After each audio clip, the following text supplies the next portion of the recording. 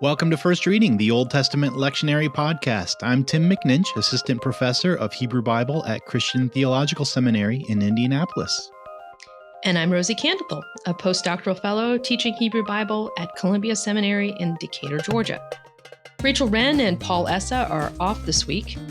And the first reading for September 17, 2023 in the semi-continuous track is Exodus 14, verses 10 through 31, or Exodus 15, 1b to 11, and 20 to 21. That is a mouthful, but we're dealing here with the crossing of the Reed Sea, either in prose, chapter 14, or in poetry, chapter 15. Is that right, Tim? Exactly. It's possible that the poem or song there in Exodus 15 contains the oldest text in the whole Hebrew Bible. I mean, there's no way to know for sure, but some of the Hebrew in it has really archaic forms, and its poetic format probably goes back to a time when such events were preserved via oral tradition before being included in emergent written documents. So why do you think this story gets doubled up in this way? Narrative and then song in these consecutive chapters, Exodus 14 and 15. Mm-hmm. It seems most likely that the author of the narrative of the Exodus probably had this song as a source text, whether oral or written, and then decided to both retell it in their story and then also include the source in the text as Moses's and Miriam's song. Yeah, I'm glad you've said it's Moses and Miriam. Yeah. In 15:1, the song is attributed to Moses, but then down in verses 20 to 21 in chapter 15, it's attributed to Miriam and all the women. Well, that is interesting. Yes, especially for those of us who are looking for feminist on-ramps into this male-dominated story. All right, so before we get too far into our conversation, which of these options, chapter 14 or 15, do you recommend for preachers to pick up? You know, I don't really have much of a preference on this. Both of these, I think, get to the core features of the story. I should note, though, that the song actually goes beyond the sea crossing and celebrates in poetry the whole Exodus experience, from the escape from Egypt through the sea to the trek through the wilderness guided by God and right into the promised land, and even to the quote-unquote hill of God's inheritance, speaking most likely of the Temple Mount in Jerusalem. So even though the poem is set here at the shore of the sea as an Israelite celebration and song of God's deliverance across that barrier, the poem itself is a later theological retrospective on the whole voyage from foreign bondage to free worship in Judahite Jerusalem, which is kind of an interesting tidbit there. That is interesting, and a good reminder that this is not a simple historical report of what happened and what was said in that moment. It is, in fact, a theological reimagining of a pivotal experience for this people, filtered then through the traditions and theologies of much, much later authors. Rosie, are you saying that the crossing of the sea isn't historical? LOL, folks. That is exactly what I'm saying. So I'll take the heat on this one. Mm-hmm. So preachers should know that modern archaeology, along with careful study of the biblical text as well, makes it very probable that the Exodus, at least as described in the book of Exodus, was not an event that happened in history, at least not on the scale of its description here. If there was a group who escaped Egyptian control and became part of emergent Israel, it was probably a smaller subgroup of the people. Perhaps it's theorized the Levites or some group like them. Most of the people who would become Israel appear to have been indigenous Canaanites, who, through shifting historical circumstances at the end of the Bronze Age, began to find a new social identity as a separate people, Israel. And the origin stories that we read in Scripture, including this dramatic escape from Egypt in our lectionary text this week, are a kind of adopted history, a creative telling of the past that is less about reporting past events and more about highlighting meaningful realities in the present, in the author's present. So for the authors of this story and the song, living many, many generations after the events recounted here. Telling this narrative was a way to emphasize their sense of being a people called out by God, rescued from dire circumstances, against overwhelming odds and even natural obstacles like an impassable sea. Impossible, impassable sea. Tim, that's already preaching. Right.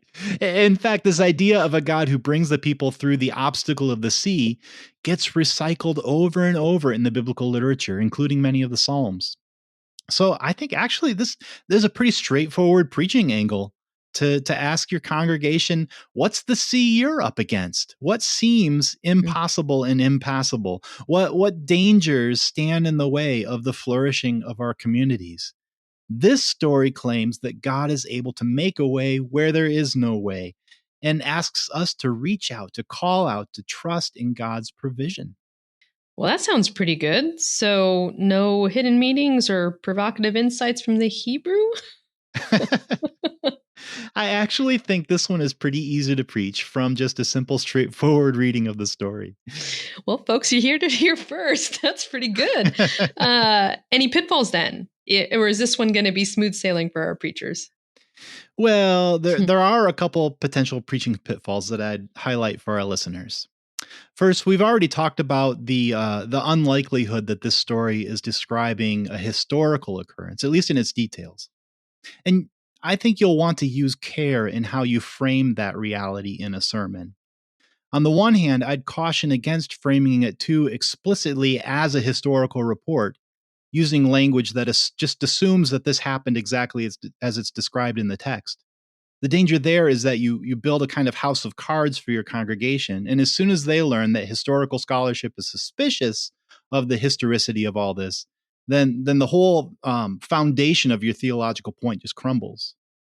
On the other hand, I would caution against using your sermon to sort of rail against the historicity of this crossing, as if it's pure fiction or fable, and we moderns know better, and wouldn't we be idiots to believe that something like this ever happened? That tack also undermines the impact of the text, especially if people get the sense that you're saying that God doesn't actually have control over natural phenomena like the sea. Along those lines, it doesn't help much, in my opinion, to try to explain this miracle away by appealing to some sort of natural, explanation, like the wind that the story describes as blowing all night was just sort of a weather phenomenon that happened to make this little crossing point shallow enough for Israel to cross through the mud. I think that misses the point. The same goes for highlighting that the text doesn't actually name the Red Sea, which is sort of traditional, the crossing of the Red Sea, but rather the Sea of Reeds, Yam Suf, which is an entirely different body of water, much easier to cross. True enough, but even Yam Suf, which the story actually names, required miraculous intervention to cross in the story. It's a miracle either way. So, all of that long winded stuff just to say, what I'm getting at is that preachers will want to emphasize that even if this miracle is a creative retelling of a tradition, the theological claim it's making is that God truly is powerful enough to control the sea and is therefore powerful enough to intervene on our behalf in our own desperate need for help, or for justice, for courage, for survival. Hmm. Yeah, I think that's it's quite a needle to thread there that you've kind of described, but I like how you've kind of brought down to the end there that the theological value of singing this song together, remembering this together, is to find courage for survival, right? So to recognize that God still has this miraculous power, the ability to carry us over impossible, impassable seas. So I think it's helpful. It's helpful there to kind of show how to be able to thread that needle well. Mm. Is there anything else that you want to lift up for listeners?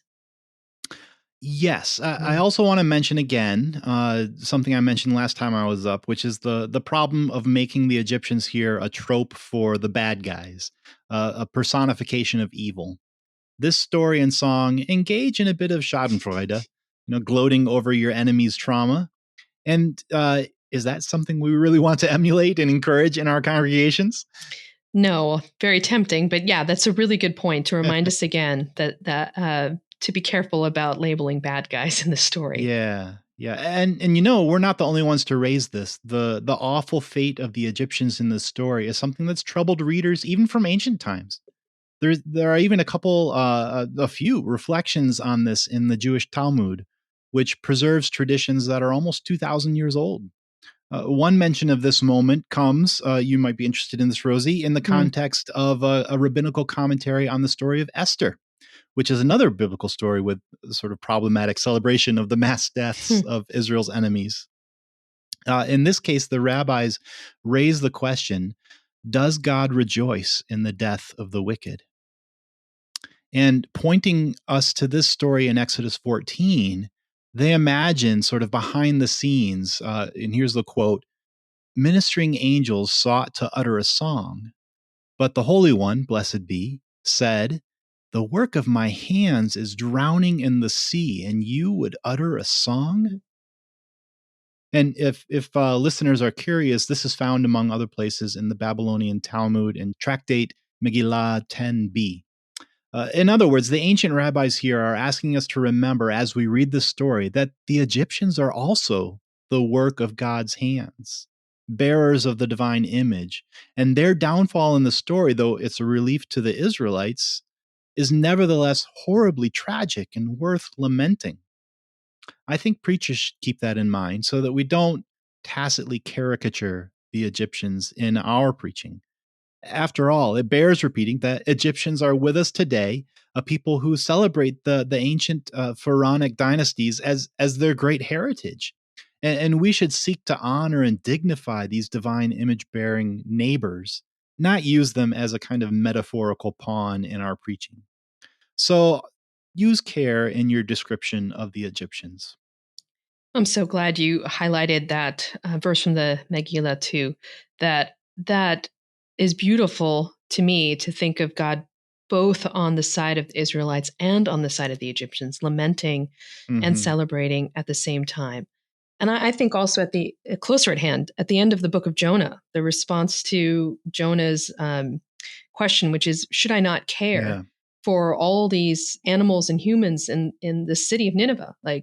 And that's the ending question of Jonah. That's of course God cares like Yeah. that. God's care for the arch enemies. Yeah. Yeah. Right. So thank you so much for bringing that up to our reflection. And you've given us a few straightforward preaching angles about God's ability to overcome seemingly impossible obstacles, as well as some cautions about the historicity of the events in the story and the way it portrays our enemies. So thanks, Tim. Of course. It was fun to think about. All right, friends, that will bring us to the end of this week's episode. First Reading is produced by me and Tim, along with Dr. Rachel Wren and Paul Assaf. You can find more info and all of our back episodes at our website, firstreadingpodcast.com. And thank you to those of you who are supporting the pod with your financial contributions. If you'd like to donate to help keep this going, you can follow the link on our website. It also makes a huge difference when you recommend us to your friends, especially those preachers in your life. If you take a minute to rate and review us on Apple Podcasts, that helps the algorithm. So please do that, but it's those personal recommendations that help build our listening community. Drop us a line at firstreadingpodcast@gmail.com or find us in the comments on our Facebook page. Until next time, I'm Rosie Candital. And I'm Tim McNinch. Thanks for listening and have a great week.